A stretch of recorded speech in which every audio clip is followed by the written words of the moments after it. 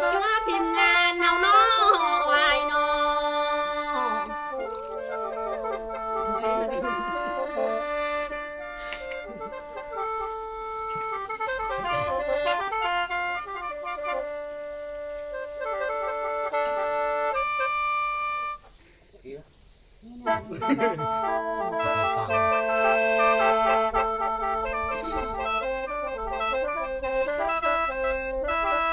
ไม่เยอะล่ะมาเข้ามาเดี๋ยวนี้มาเยอะจะเข้าพิมพ์งานเอา มีสุดกันเลยเหรอเอาเข้าเลยไหมเอาเลย น้ำ ความกับมาแต่แล้ว อืม ใกล้เราจะได้เหาปี เอาได้ผ่านคนสิปีให้เพียงมาแล้วเนื้อพี่น้องนะ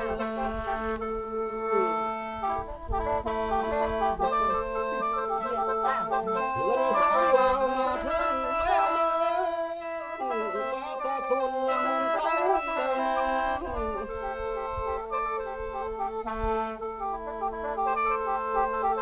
มีทั้งลุงและป้า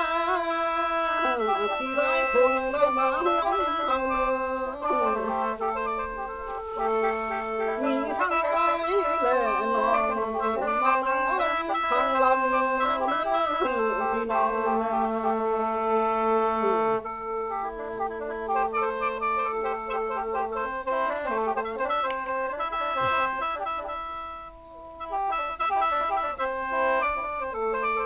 โอ้ยน้องลายน้องมายามไอ้เนื้อนาง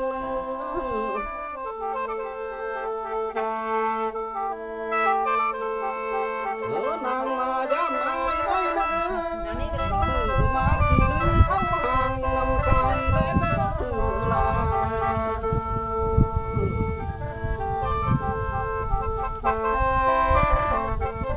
นางมายามใส่ได้เนื้อมากินห่างเขาเมานำใส่เนื้อมากินเขานกไก่หน่อยอาบ้ากินนกหานำไอ้เนื้อลา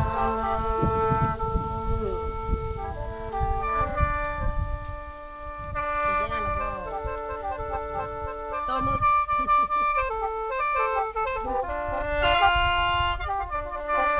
เห็นเยอะ อย่างนี้เลย ตะโลหัดซึ่ง นั่นแหละ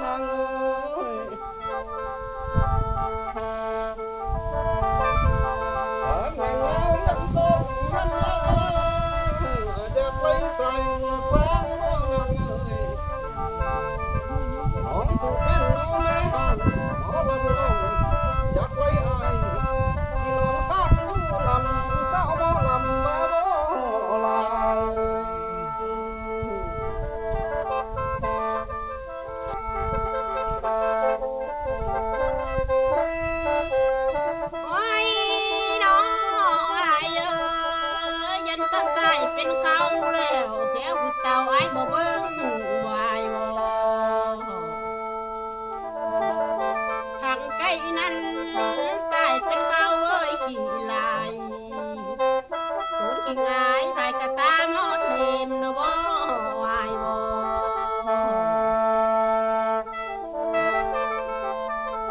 ยานตัวนี้แต่ศพลาบ่ยันแต่จบแต่ความเว้าดอกบ่การน้องเว้ามาแล้วสิต้นอายก็มองแล้วบ่ไหว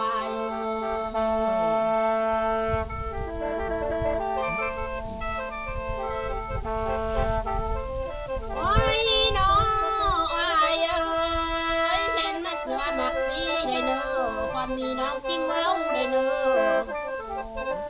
อันว่าเสือเอ้ยเมาเป่าที่เบาแล้วน้องเมาได้เนออายเนอ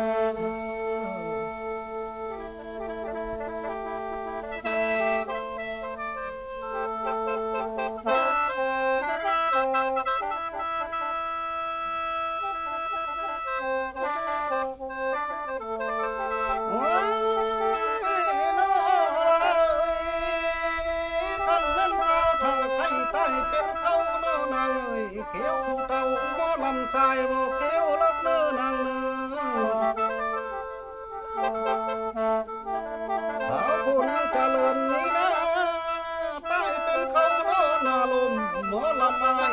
ก็ยังคงวัดเล่มอยู่เด้อลาเด้อ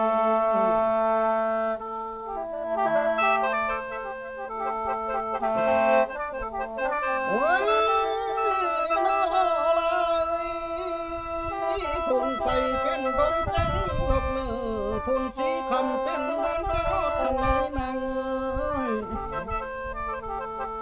พุ่นเจริญเป็นน้อยอดแก้ว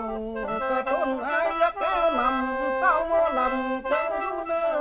ลาเนื้อ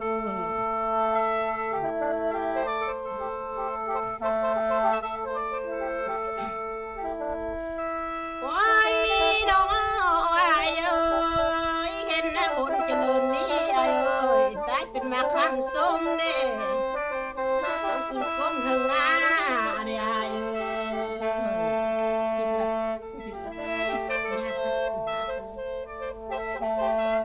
้ยละคนใส่มีกลายเป็นมาข้ามานจ่อยจ่อยสิขึ้นได้น้องยังเอาอยู่เด้อวายเด้อ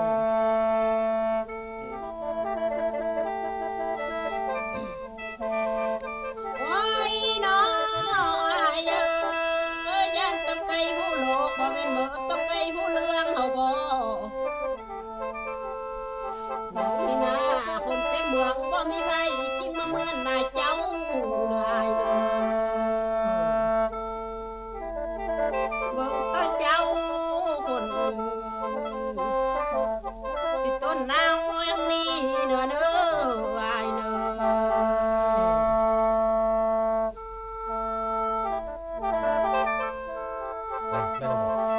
ได้ละบ่